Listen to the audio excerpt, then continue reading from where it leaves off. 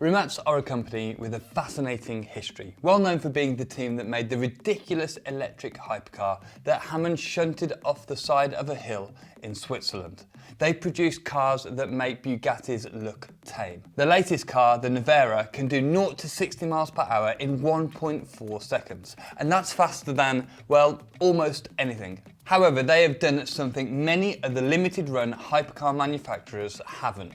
They have actually made money. So in this first episode of Under the Hood, we're going to fill you in on the history of Rimac in order to explain what's under the hood of the current cars. We know Rimac for the mind-bending hypercars that make use of electric powertrains, but the company started out back in 2008 when Martin Rimac blew the powertrain on his E30 M3 during a race. And here began his journey towards running a company that now turns over more than $250 million a year, when instead of just replacing the engine he had, he made the mad decision to create a custom electric drivetrain and fit it in the car. And at this point, he was only 21 years old. And I don't know what you were doing at 21, but I certainly wasn't doing anything like that. He called it the EM3, and after 5 revisions, the car broke a whole load of FIA acceleration records. And really, it's unsurprising when you hear the numbers behind it. Over 600 horsepower and 900 newton meters of torque, which are impressive numbers now and even more impressive back in 2011. During the process of developing the EM3, Marte learned a thing or two about making outrageously fast electric cars. So he founded Rimac Automobile and began hiring some brilliant engineers from companies like Pininfarina and started to work on an all-new car, this time built from the ground up by Rimac. And that all-new car was the Concept One, a 220 miles an hour 1,300 horsepower hypercar with a price tag of $1 million. Yep, the company was just 2 years old and they had announced a $1 million production car that was supposedly going to break a whole heap of records. Marte Rimac was starting to look like one hell of an entrepreneur, as well as resembling the founder from another electric car company. The Concept One was truly game-changing. It could accelerate faster than the quickest combustion engine cars, as well as outdrag other electric cars at the top end. And where combustion engine hypercars guzzle fuel at even motorway speeds, the Rimac Concept One had a range of 600 miles, nearly 200 miles more juice than the Tesla Model S at the time. But probably the most surprising thing was that they had approached the development of this car in a way many other manufacturers in the hypercar space hadn't. They had done pretty much everything themselves. They hadn't brought in the electric drivetrain, or the battery assembly, or the chassis, or any of the critical components. They had done the lot in-house. This really isn't done very often. Pagani have often used Mercedes engines in their cars, Bugatti remixed components from other Volkswagen Group cars, as well as Aston Martin actually sharing some components with Ford. And it was this in-house design process that set up Rimac for such incredible success. They were building expertise in an area that was only just getting started. They were building knowledge and patenting technology, whilst the majority of other manufacturers were focusing on combustion engines. And for a first proper go at creating a hypercar, Rimac did a damn good job. The car was obviously rapid in a straight line, but also handled well, apart from the time it didn't, but we will get to that. They did this by choosing a different layout to the rest of their competition. They used 4 motors, 1 on each wheel, each with its own single ratio gearbox. Nothing new there. But what was new was the battery layout. They didn't mount a long, wide, thin battery in the floor. They actually concentrated the battery capacity in the rear for better handling, then filled the central area with batteries for better weight distribution.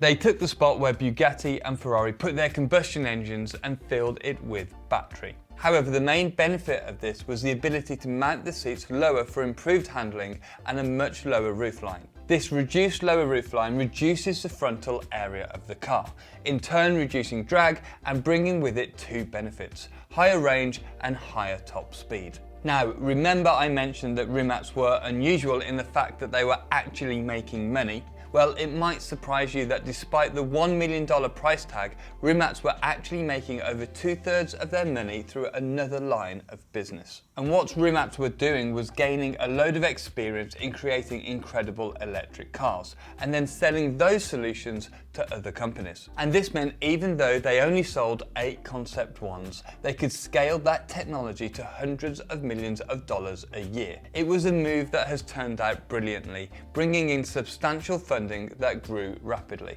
And Rimac has created many of the components in a whole host of well-known cars, but we will get to that later. So really, the Concept One was a 220 mile an hour marketing machine for the technology side of the business. And when Richard Hammond and the Grand Tour asked to borrow one for a chilled out trip across Switzerland, they said yes. Richard was lent one of only 8 Concept Ones ever made. And to add insult to injury, it was a customer car and wasn't owned by Rimac. After driving it slowly around Switzerland, the episode finished with a section at a hill climb. At the top of the climb, on the final run, Richard bizarrely kept it pinned around the left-hander after the finish line. It looks to me like he realised he was running out of road and lifted, then braked and sent the car into lift-off oversteer. When you do this, it essentially places the majority of the weight of the car on the front wheels and strips the rear tyres of grip. Now, normally a driver can recover from this, but not when you only have a couple of feet between you and a 100-foot drop.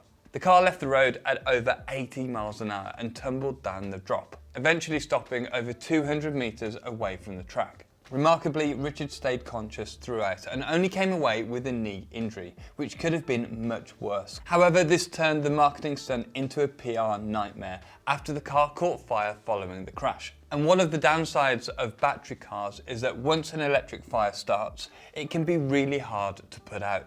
Despite the carbon monocoque protecting Richard from numerous impacts, as well as keeping the batteries protected enough to keep the flames from starting until Richard was well away, Rimac seemed to be in the news for all the wrong reasons. But what was remarkable was that it all turned out pretty well for Rimac, with record earnings and both Porsche and Hyundai joining the list of shareholders in the company. Now we get to 2018, where Rimac announced their second production car, initially called the Concept 2, and later renamed the Nevera. If the Concept One was bonkers, this thing took the biscuit. It had 1900 horsepower and 2300 Newton meters of torque, and it looks incredible. Despite weighing nearly 2 tons, it is faster to 60 than any other production car, completing it in 1.8 seconds. And unsurprisingly, the Neverera came with a whole host of clever technology. They developed their own torque vectoring system where the traction is measured on every wheel 100 times a second. This then allows the car to apply the exact amount of torque or braking force to bring maximum performance. And the reason I mention braking is that the car can slow individual wheels to enable handling that should only be possible with a much lighter car. They also developed a new battery system with a new H layout. This allowed them to pack in more battery whilst keeping the weight distribution balanced, as well as keeping the same low roofline. And the major improvement here was actually with cooling. Rimac uses a custom water cooling system to keep the batteries from getting too hot and reducing performance. But what was strange about this car was that despite the company growing quickly and the production capacity increasing, Rimac only elected to sell 150 Neveras. And it turns out this was very deliberate. Now, as we said earlier, the genius play here was that Rimac made the move to focus on selling their technology to other manufacturers. Rimac worked with Aston Martin on the Valkyrie, producing the Curse system and the electric store. They also designed the battery systems on the amazing Koenigsegg Regera, as well as working with Pininfarina on their first car, the Battista. Only this week, Rimac has separated the hypercar division from the technology services division. The hypercar company is now Bugatti Rimac, a new company combining the technical expertise of Rimac and the 110-year heritage of Bugatti. And this is an interesting story by itself, and our friends over at Donut Media have made a great video on this. Go and tell Nolan we sent you. This separation allows Bugatti Rimac to focus in on creating incredible hypercars, while Rimac's technology can focus on creating the incredible technology that is making its way into other manufacturers' cars. Rimac has also done some other cool things along the way. like creating the E-Runner, a bespoke electric race car that took the second fastest time at Pikes Peak, as well as announcing in 2014 that they are going to produce the fastest electric yacht in the world. But we haven't heard anything since, so I wouldn't hold your breath. You should watch this video where we explain why new cars keep failing the Moose test. Thanks very much for watching. Do hit subscribe to make sure you don't miss the next episode of Under the Hood, and I'll catch you in the next one.